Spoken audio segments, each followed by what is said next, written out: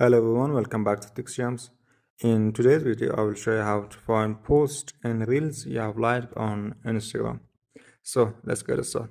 First, open the Instagram app and then tap your profile in the bottom right corner. Next, tap the three-line menu in the top right corner.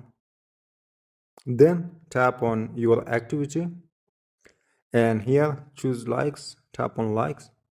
And here you will see all the posts and reels you have liked, and at the top you can use the filters to sort your liked content. You can sort by newest to oldest or oldest to newest. You can also filter by a date range such as the past week, past month, or a custom date.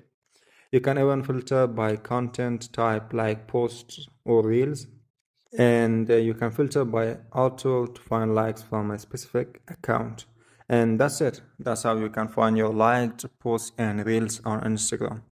If you found this video helpful, don't forget to leave a like and subscribe to TixJams for more helpful Instagram tips and tutorials. Thanks for watching, and I will see you in the next video.